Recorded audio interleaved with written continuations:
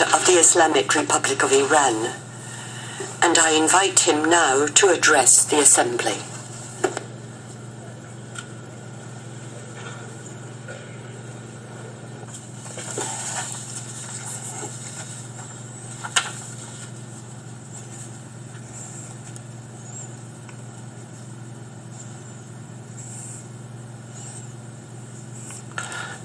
In the name of God, the compassionate and the merciful.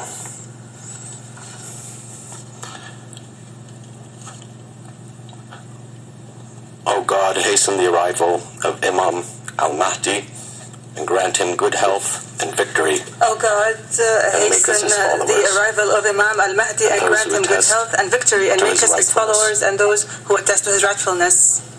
Mr. President, Excellencies, ladies and gentlemen, I am pleased and grateful to the Almighty to have the opportunity once again to attend this important universal forum. In the present tumultuous world, and with the predominance of loud outcries, threats and tensions, and at a time when the big powers are unable to solve present problems,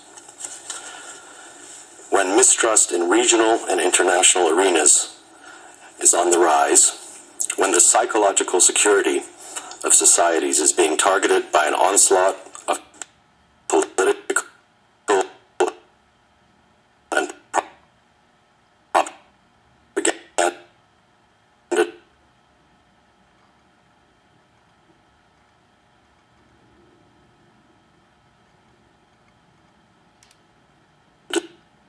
designs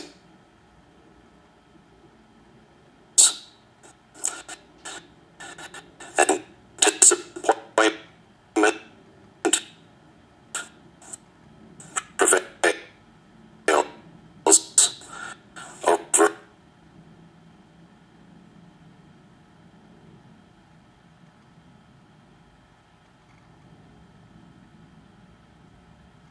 efficacy of policies and actions of the international organizations in the establishment of a durable peace and security, and the protection of human rights is being weakened, I plan to touch upon and explain the roots of and the ways out of these predicaments and some of the principal challenges facing our world.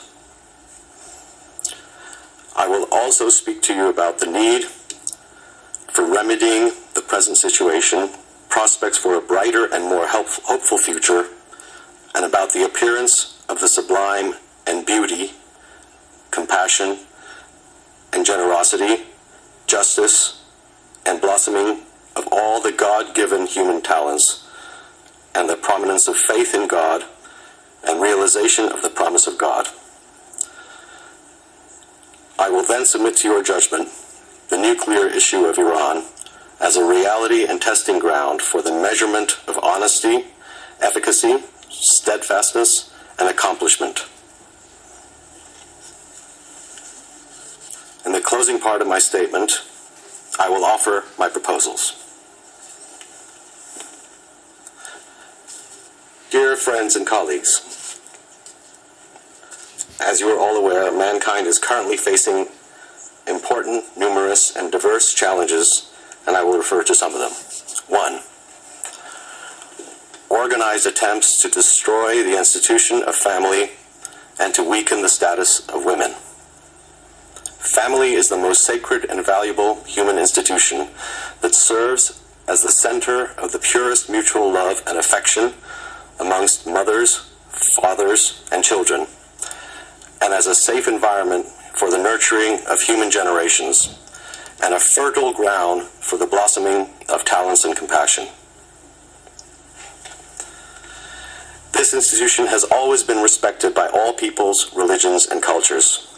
Today, we are witnessing an organized invasion by the enemies of humanity and plunderers to destroy this noble institution that is targeted by promoting lewdness, violence, and by breaking the boundaries of chastity and decency. precious existence of women as the manifestation of divine beauty and as the peak of kindness, affection, and purity has been the target of heavy exploitation in recent decades by the holders of power and the owners of media and wealth. In some societies, this beloved human has been reduced to a mere instrument of publicity, and all the boundaries and protective shields of chastity, purity, and beauty have been trampled. This is a colossal betrayal of human society, of succeeding generations, and an irreparable blow to the pillar of social coherence, the family. 2.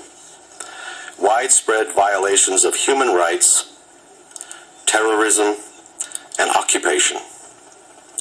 Unfortunately, human rights are being extensively violated by certain powers, especially by those who pretend to be their exclusive advocates.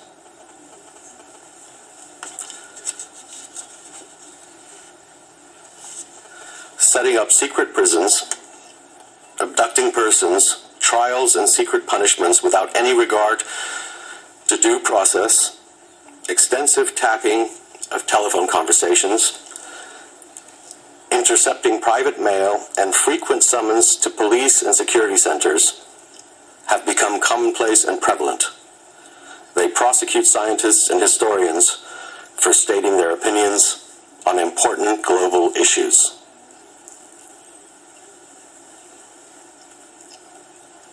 They use various pretexts to occupy sovereign states and cause insecurity and division, and then use the prevailing situation as an excuse to continue their occupation. For more than 60 years, Palestine, as compensation for the loss they incurred during the war in Europe, has been under occupation of the illegal Zionist regime. The Palestinian people have been displaced or are under heavy military pressure, economic siege, or are incarcerated under abhorrent conditions.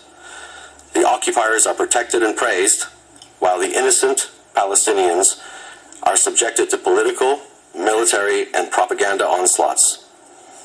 The people of Palestine are deprived of water, electricity, and medicine for the sin of asking for freedom, and the government that was freely elected by the people is targeted.